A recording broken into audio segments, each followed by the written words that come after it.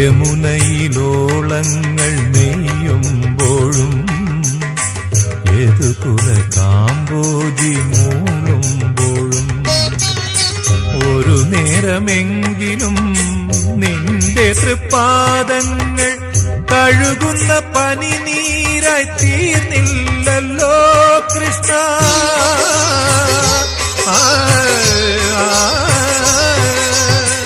ഹൃദയത്തിൻ സംഖിൽ ഞാൻ വാർന്നില്ലല്ലോ, അപ്പോഴും നീ കള്ളച്ചിരി ചിരിച്ചു, അവിൽ പൊതിയഴിച്ചു, പുണ്യം പങ്കുവച്ചു.